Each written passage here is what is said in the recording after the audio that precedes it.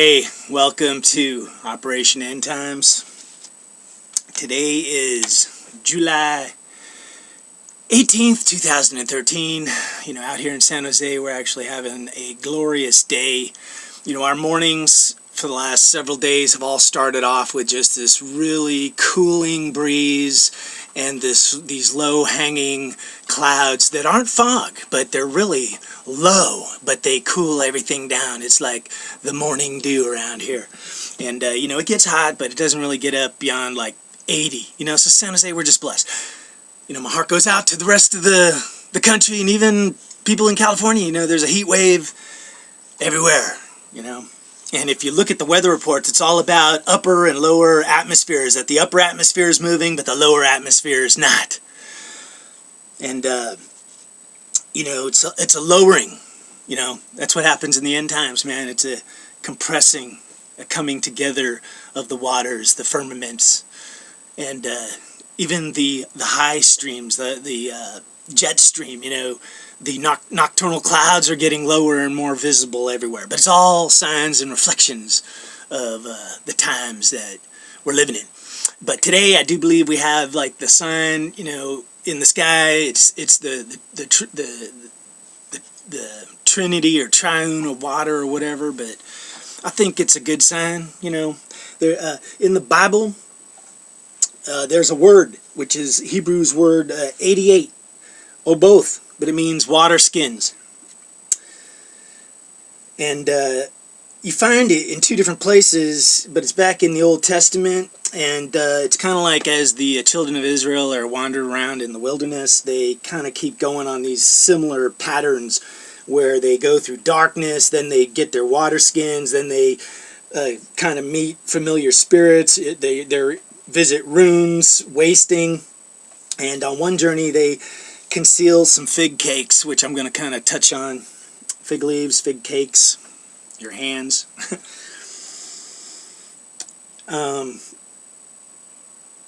But I do believe it's all kind of connected.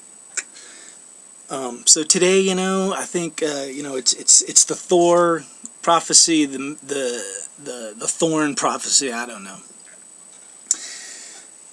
But on the sun, I noticed in Suspicious Observer's report, there's a triangular pattern of sunspots that's rotating front and center on the sun as we speak. And, I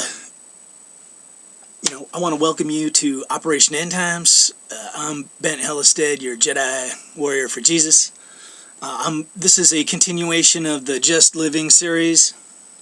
I'm going to call this Just Living, man, or part 4, I think. We may be if we're at part 5, I'll have that in the title. But I got a lot of stuff to kind of throw out there, and so this video might go pretty long, but we'll see what all we can get in there. But I guess what I want to first talk about is it's like there's this dynamic that's out there right now where a lot of brothers and sisters, the message they kind of project out there is that the Bible is a scary place. It's dangerous. It's hot. Stay away. Don't go into the Bible. There's no way out. And, speaking of No Way Out, that was the song that I kind of played at the beginning, No Way Out by Gamma. But that's kind of the, the spirit that they're throwing out there. And we're going to talk about the spirit versus the word, or the book versus the spirit. And 3 times 51 and 153. And what does it all mean? I'm going to try and get to it all, But it's almost like a clash, a war, which is the people who say they are filled with the Spirit against the people who they call the Babylonians or the Bible worshippers. And what I will tell you, my friends, like in my last video I was talking about marriage, and we're going to kind of talk about some more marriage stuff, because there's a lot of dark stuff in marriage. I believe it's a man-made institution by the hands of man, not God. not to digress, but, there's a concept out there which is as above, so below. It's the two triangles, which when they come together, make the Star of David, and that's another sign that's coming up on the 22nd. But that's everywhere, in our lives, if you got your eyes open, which is heavenly things versus earthly things, and, kind of saying, hey, let earth be like heaven, like let heaven come on down, let thy will be done on earth as it is in heaven, and things that are done in heaven are done on earth, but are all the things done on earth done in heaven? And what I was discussing is how there is no marriage between brothers and sisters in the body in heaven, and yet on earth there is, But that's another thing I'm going to kind of talk about is, books or the Word versus the Spirit, because, it's like this conflict, and it really shouldn't be. Because, a book is like a set of hands, that's like a book opening, and the Spirit is like feet, you walk in the Spirit, and sometimes they put wings on feet, because you can literally fly in the Spirit, run swiftly, and I'll tie that into, I've talked about horses, if you're riding a horse, that means you're moving swift, and the biggest danger is you get out in front of God, which is a super dangerous place to be when you're out ahead of Him. You need to be walking step for step with Jesus Christ. But riders, that's what happens with riders. Horses, they run swiftly. When they talk about somebody riding a horse, they're talking about they're in potentially a dangerous place. It's a dark thing, for the most part, unless you've been bridled and you're being rode by Christ. You have the Christ head on. But the hands and the feet are all part of the body. And that's why there is no conflict between the written word, and the Spirit, in the true, full understanding of God. And I'll prove this to you. They are in harmony, my brothers and sisters. So, if you're out there kind of saying they're not in harmony, like if for some reason, you're reading the Bible, so you're in darkness, well, that's a false message, and likewise, if you're reading the Bible and you're talking to somebody that's in the Spirit and you're saying you're in darkness, that's a false message, because the truth is, both sides can be in darkness, both sides can be in light, but if you want to be in light, you need to be in harmony, because that's where truth and understanding resides, and that's what we're going to get to, which is the 3 times 51 equals 153, which is the number of fish that the disciples caught when Jesus told them to cast their nets, and they hauled it in and came and had dinner with Jesus on shore. They ate the meat with Jesus. That's what adults do. They eat the meat. But you know what? The babies, hey, they're still sucking on the milk in the breast. And, in the Bible, God bless little babies, because there's a divine quality of babies. I was telling my nephew, the story of the emperor's clothes, where the emperor was so vain and proud of himself, his tailor eventually made him a suit that was invisible, but he was walking around telling everybody, look at my awesome suit, and everybody was too afraid of the king and too peer pressured, and they were just like, oh, it's so glorious, and he was just walking around naked. And of course he wasn't ashamed because he thought he had clothes on, but finally a little baby, said, hey, the king's naked, spoke the truth, because that's a divine property of babies, is that they're so innocent they can just see the truth and throw it out there, not worrying about how it affects all the distortion fields that are out there. And that's quality if we can keep it all the way through our walk in life, as we grow. If we can keep that quality within us, the innocent quality of truth, that's glorious, my friends. So, God bless the babies. But life is a journey, life is a path, and life is growing up, and learning and understanding, And that's kind of what I'm going to try and share with you. That I'm just going to say,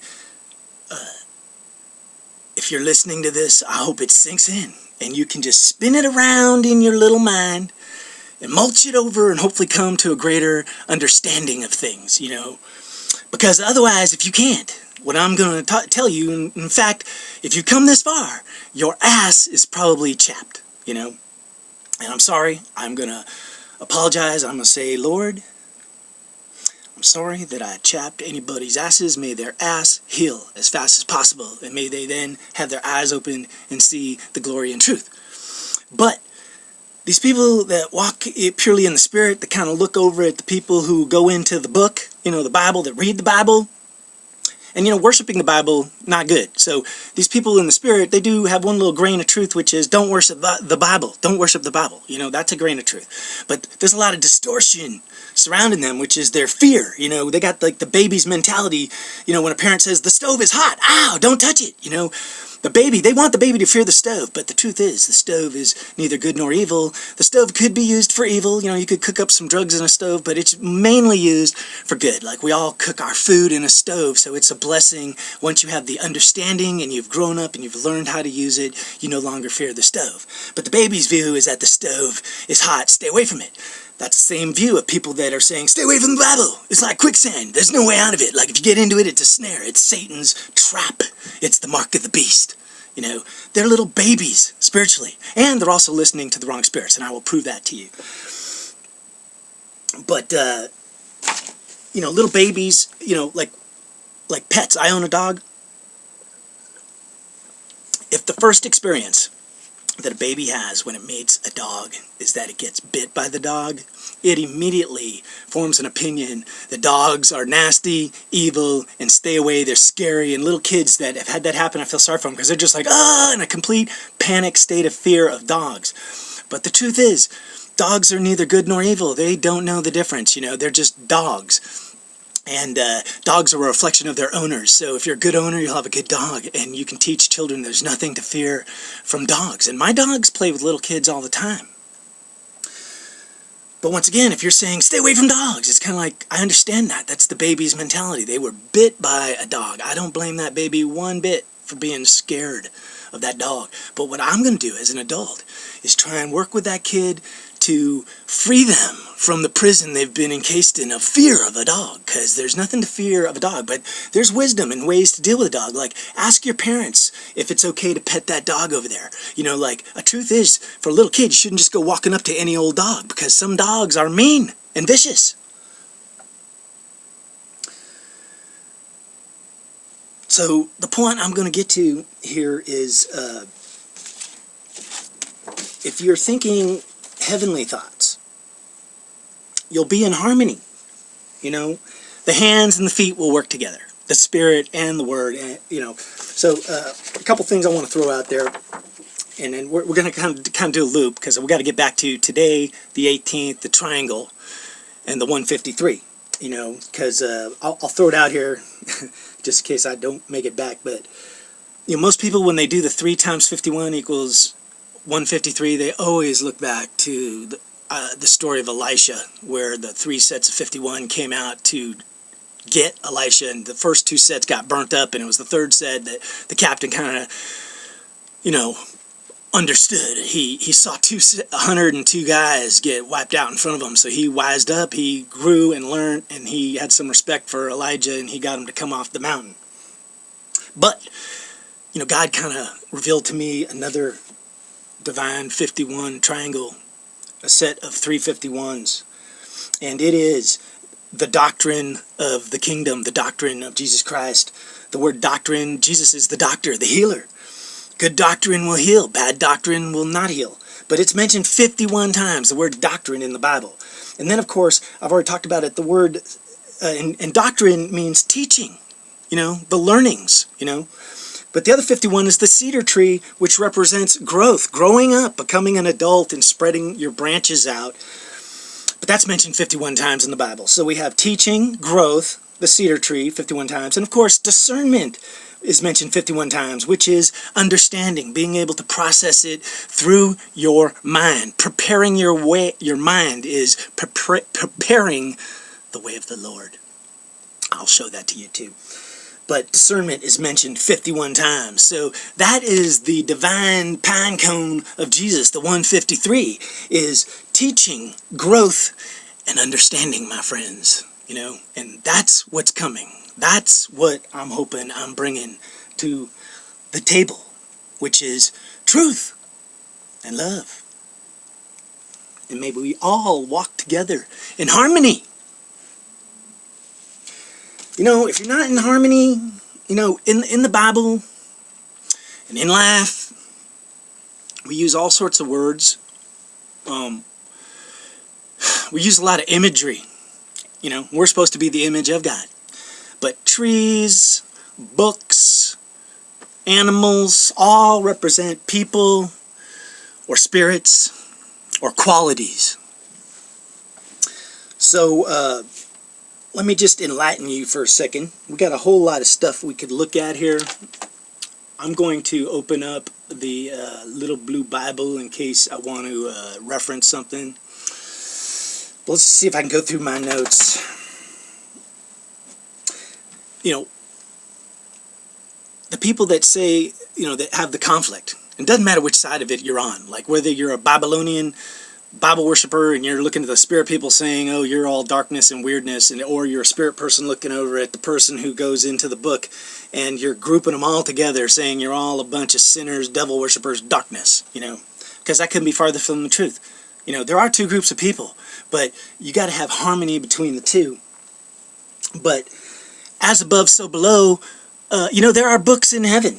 And, you know, I was just looking at books, and what I'm going to tell you, my friends, life is a journey, life is a story, life is a book, the book of life, you know, wake up.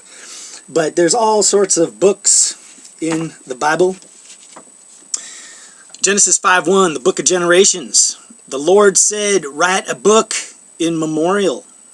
You know, in Exodus 17:14. God telling Moses to write a book. The book of the covenant, Exodus 24:7. The book of sins, Exodus 32:32. That's the book that the Lord said he writes, is a record of all sins. The book of curses, a priest writes that, but it's God telling him to write the book of curses, and it's all about cheating in marriage. You know, the woman cheating and then the man getting the spirit of jealousy or sexual passion because of the wife cheating on him. But the spirit of jealousy is a dark spirit, my friends, sexual passion. And that's all coming out of that dark hole we call marriage. The book of wars, Numbers 21:14. And you know what? I think there's some connection, which is between the book of wars and the book of Kidron, because they're almost like letter-wise, they sound like each other. The book of Kidron, or Adron. I think there's two books there. Anyway, I kind of just made a little connection, but yeah, it's the book of wars and the brook of Arnon. You know, but anytime in the Bible it's talking about these brooks, brooks are places of turbulent waters and darkness. But just, you know, going through these books, some of them are books that get written by men, that God's telling men to write. Some of them are books that are just pure spiritual books, like the book of life, the book of sins, the book of wars. Then you get to like the book of law, which a lot of people think is like the book of Moses. And then there's all sorts of books written by men, the book of Jazir, the book of the land, the book of the kingdom, the book of Acts, which is actually the Acts of Solomon, not the book of Acts in the New Testament. The book of Chronicles, the book of Kings, the book of Samuel, the book of Nathan, the book of Gad, the book of Shemachiah, of Jehu, and of course the book of Job. And you know, Job 19:23, Job literally says, man, I wish my life was printed in a book, and I wish my adversary had written a book about me, you know. And then Psalm 69:28, the book of the living. There's sealed books in Isaiah 29:11. And then, you know, there's a super powerful verse, and I'm gonna pull this up. It's in Isaiah. But I'm just pointing out to all these spiritual people where they're just like, God doesn't use books. You know, it's like, man, books are everywhere and God uses them all the time. And there's heavenly books, you know. Oop, almost had it here. What we're going to is Isaiah 29.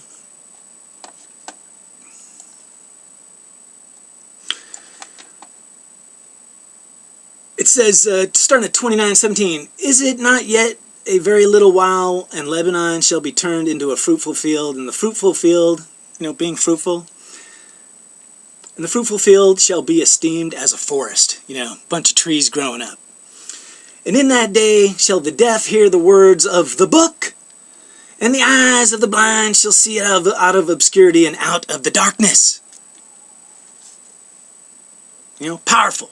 Because that's what Jesus said he came to do, was to open up the eyes of the blind and the ears of the deaf. There's Isaiah saying, hey man, when their eyes are open and the deaf hear, they're going to hear the words of the book.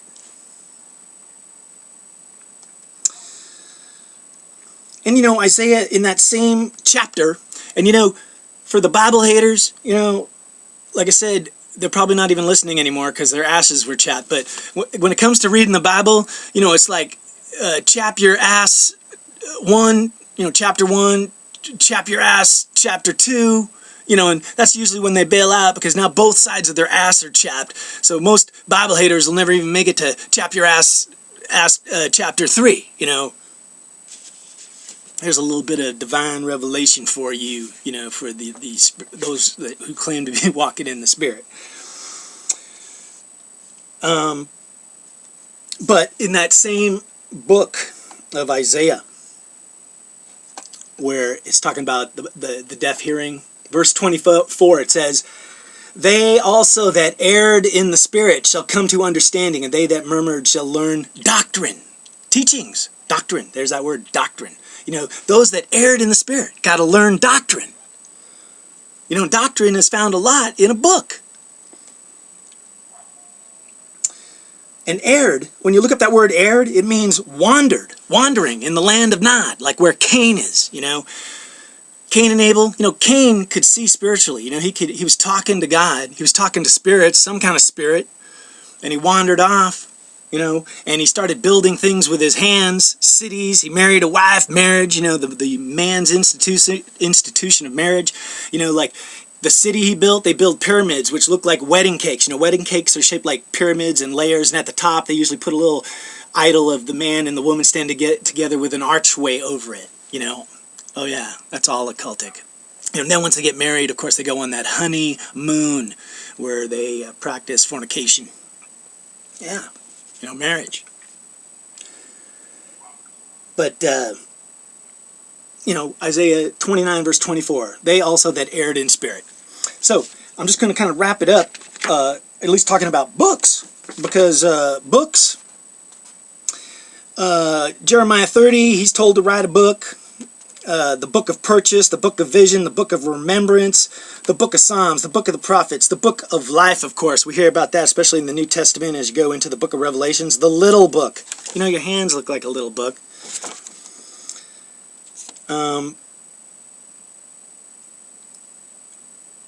The book of knowledge, or the book of good and evil. I would tell you, my friends, my understanding of it right now is the Bible is kind of like the book of good and evil.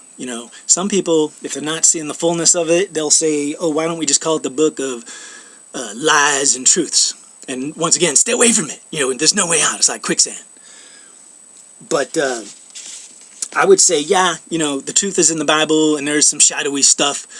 But the Bible, the little book, if anything, what you need is a teacher, a guide. And you know what?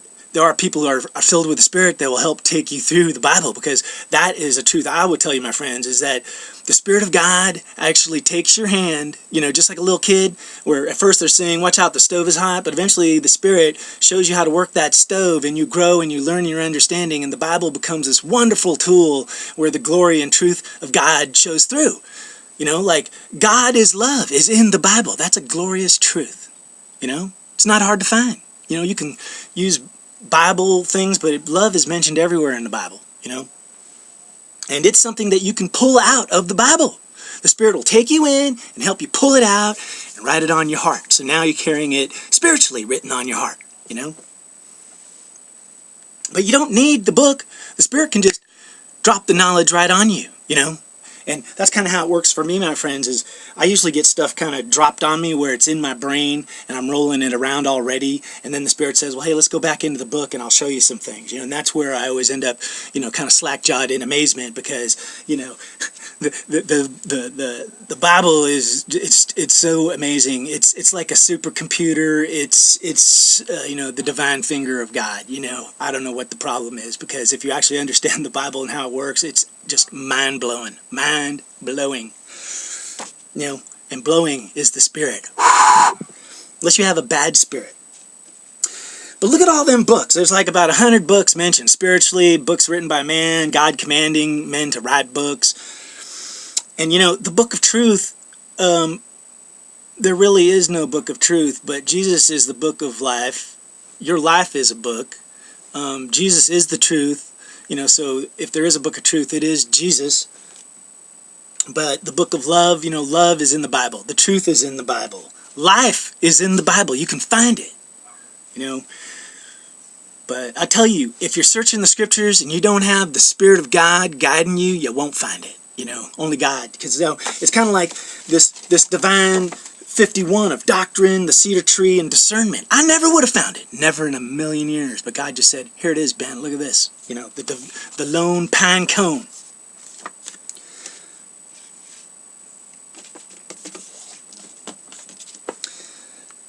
When we're in harmony, the Spirit, the Word, and the book, there's a flow, my friends. Water flows. Spirit flows. The Word flows. Poetry is a flow of words, my friends. So what you want to do is tap into that flow. And what you don't want to tap into is dark waters or distortion, stuff that makes you confused and blind. Like liquor. You drink too much, you go blind, right? But the truth will never blind you. It will open your eyes. For those that walk in the Spirit, there's all sorts of spirits mentioned in the Bible. There's the Spirit of God. There's man's spirit. There's Moses' spirit, which at one point God kind of shared Moses' spirit. He gave it to like 70 other dudes. And, I'm going to tell you honestly, Moses does this marriage out there with the nation of Israel where there's this dark cloud and they're all shaking like a leaf. And he does a marriage where they supposedly promise to do everything God says and never disobey him and follow him and have only him as their God. And to me, it's like this completely fake marriage because it's a group marriage. And even in today's society, in some cultures, like the Reverend Sung Young Moon, he would marry like whatever it is, 100,000 people all at once, saying this is divine. But I think that marriage that went on out there in the desert wasn't a divine marriage because Israel didn't keep the wedding vows. Whatever those people were saying, oh yeah, we'll do all that stuff, they didn't mean a lick of it. Those wedding vows.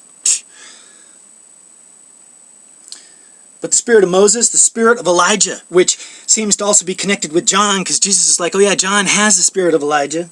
There's evil spirits mentioned in the Bible. There are the spirits of just men. And you know what? I want to kind of just bring up a verse on that. The spirit of just men, because it's the righteous. It's Hebrews 12:23. To the general assembly and church of the firstborn, which are written in heaven. The firstborn are written. Where are they written? In some kind of a book in heaven. And to God, the judge of all, and to the spirits of just men made perfect, my friends. That's the walk of the righteous is, we don't worry about perfection, but we love being perfected by God, polished up, sharpened. To be a diamond in his crown, not a diamond on the ring of somebody's finger in a wedding ceremony, with some minister saying this diamond represents your love, that it's eternal, and they're looking at a physical, carnal diamond rock. What a distortion, my friends. But the spirits, there's 4 spirits at the throne of God. There's 4 spirits at the throne. There are 4 rivers, that flow out. There's 7 spirits of the church. There's 3 spirits that come out in Revelations that are like frogs, and they're evil spirits. But you hear about unclean spirits, wicked spirits, spirits of devils, angel spirits, familiar spirits, spirits of the flesh. And the word spirits is 46, which is 2 times 23, double set of chromosomes. That's the plural. But spirits are like falling stars, their own vine. They're no longer connected in. If you're a fallen spirit, you've been cut off. Oh yeah, I had a note here. I'm sorry because I'm just going through all my notes. I got all sorts of crazy stuff written, but I was looking at like the little book, your hands, but the word little, it's like an anagram for life is the truth, love everyone. That's what little means. It's an anagram for the little book. Life is the truth, love everyone. But anyway, getting back to spirits, there are just spirits everywhere. And the Bible tells us, who cares? In Luke 10:20, it says, spirits, even if spirits are subject to you, it doesn't matter. People who say, I'm talking to spirits, I got multiple spirits, whatever. But it says, if your name isn't written in heaven, being able to discern spirits or talk to spirits means absolutely nothing. So your name has to be written in a book, my friends. Spirits are also feelings, like the spirit of jealousy, the spirit of bitterness, the spirit of hatred. Sour grapes, sour grapes. When you read about grapes, they're mentioned 5 times in the Bible, but it's always just destruction and doom.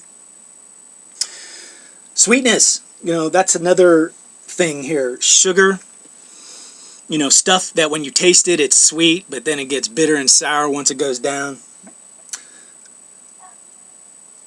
There's a story in the news, which was that now using MRI, which is magnetic resonance imaging, using magnetics in Renaissance is sound imaging, an image, they can see cancer when a person eats sugar because their body produces insulin, and the cancer loves sugar, especially processed sugar that's been refined by the hand of man. So the cancer lights up and starts growing, and they can see it with that MRI.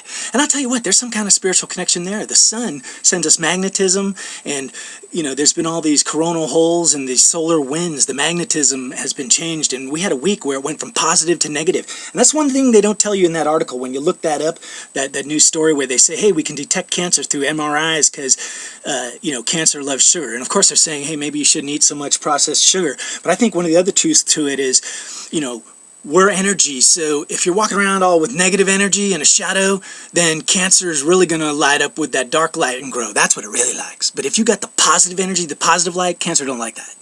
So that would help you even deal with the sugar. But I'd be the first one to say, hey, reducing the amount of refined sugar that you eat is a good thing. All right, anyway, an interesting chapter. I'm kind of bouncing all over here. Isaiah 18, there's a verse where it talks about a clear heat upon the herbs. The dwelling place, taking a rest, is a clear heat upon herbs, H-E-R-B, herbs, But clear is a dazzling, bright whiteness. Heat, of course, is hotness. And herbs is the light of the face, daybreak, the morning light, the morning star breaking, lightning, the light of day is herbs. It's Hebrews 2:16, O-W-R, or. And that's funny too because the drinking is beer too. I had that in my notes. I don't know if I can pull it out for you, but the word's beer, so you got beer and herbs, talking about consuming it. Isaiah 29, it's just kind of a crazy verse. I'm going to bounce back to it.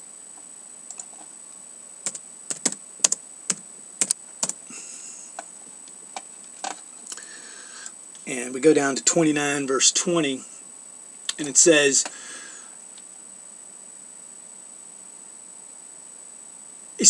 for the terrible one is brought to naught, and the scorner is consumed, the one that mocks, and all that watch for iniquity are cut off. So people who are looking for sin in others, they're cut off. That make a man an offender for the word, and lay a snare for him that reproveth in the gate, and turn aside the just for a thing of naught. And I tell you what, my friends, the gate, that's the door, the understanding of the mind. And if you're somehow casting distortion and strife, confusion, where people don't know what to believe, but you're standing at the gate doing that stuff, and one thing you're doing at the gate is judging, saying to people, I see the splinter in your eye, you're evil. That's what Absalom did. He set up at the gate, while David wasn't paying attention, and he told people, I'm the judge, God appointed me, and he started, casting judgment, and he's a sign of the Antichrist, man. So,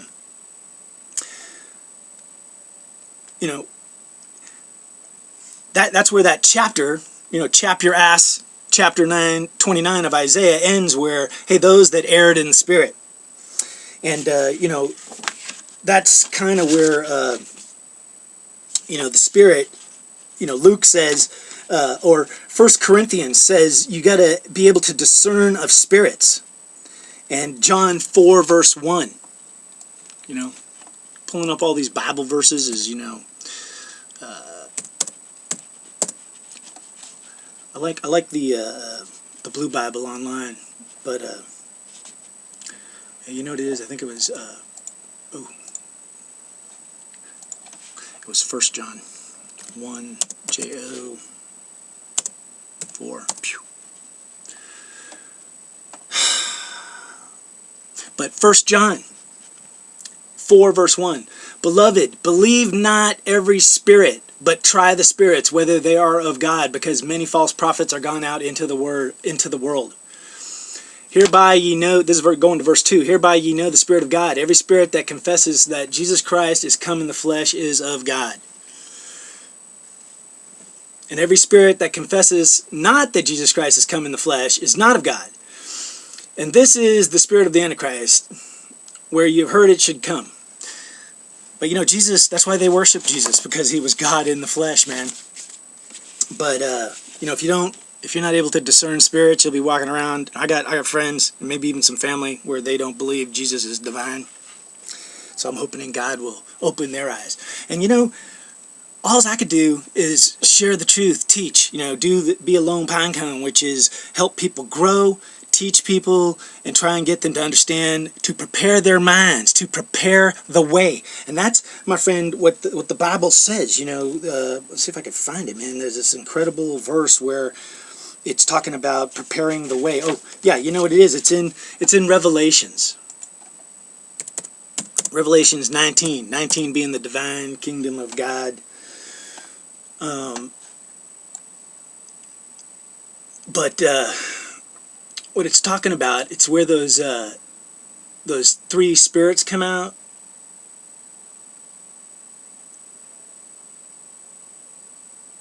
Let's see if I can. I'm missing the verse here.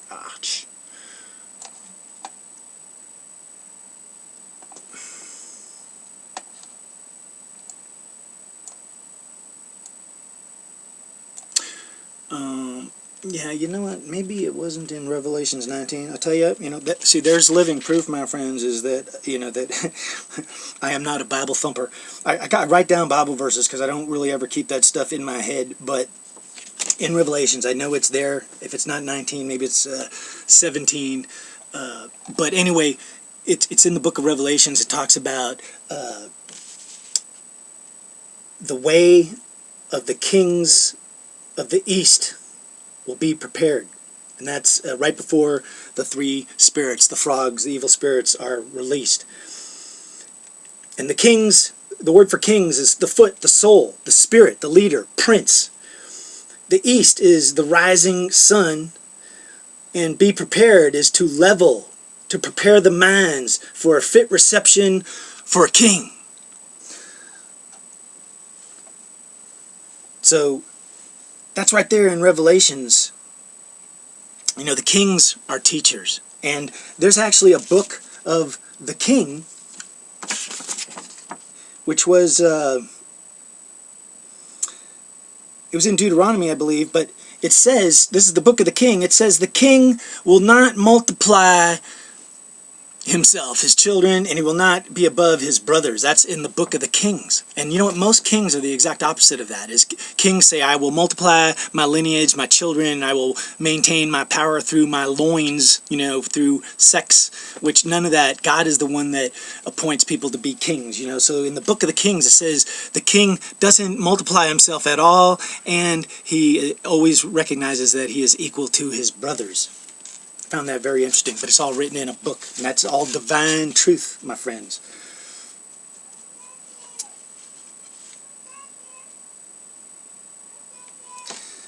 So, you know, I'm going to kind of wrap it up.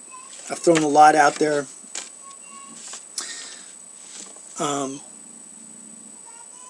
You know, we're living in the most amazing times, my friends. I'm gonna leave this. I'm gonna wrap up this episode, but I'm just trying to throw some light out there that it's not about spirit going against the written word or books or things in print. It's about us all walking a journey, writing our own books of our own lives, and landing at the same shore, you know, fighting the same distant foes, you know, the spirits, the evil spirits of jealousy, pride. You know, one thing it says is if you're casting judgment on others, that's a spirit of vanity. You know, be careful. That's what Absalom was doing at the gates. But try and see the light. Don't be blinded by the light. Don't let a sepulcher, a tombstone, be built around your mind of darkness, where you're locked into your own dogma. Let Jesus roll the stone away. Let his truth, his doctrine, his teachings help lead you down the path through the darkness, across the brook, to the other side, my friends. All right, this is Operation End Times. I'm Ben Helstad, your Jedi warrior for Jesus. God bless you all. May his truth and his love flow like a river. Oh, and you know what? I almost forgot to mention it. But in Revelations, when the way of the kings of the east is prepared, the Euphrates dries up. And you know, once again, the word is powerful, because when you look at that in the Bible, you know, the Euphrates runs right across the Middle East, and it's a mighty river. And if you're looking at the Greek dictionary, all the words are sequential, so you can go to the words both before the word Euphrates and the words after, and it's all about joy and praise and gladness and humbleness and all the divine pure things of light. So that's why the Euphrates is a great river, but when it dries up, there goes the joy, there goes the praise. You know, that's the darkness setting in, but that's where the kings of the east, they're going to breathe the morning stars, and the truth is going to flow from them back out, my friends, because God, you know, all souls are his, man, and that's going to be the glory of God and of the coming kingdom that is approaching. Hopefully you'll see the light and the truth of what I'm bringing to the table, my friends. God bless you all. There is a way out. The stone can be rolled away. Come out of the sepulcher of your mind.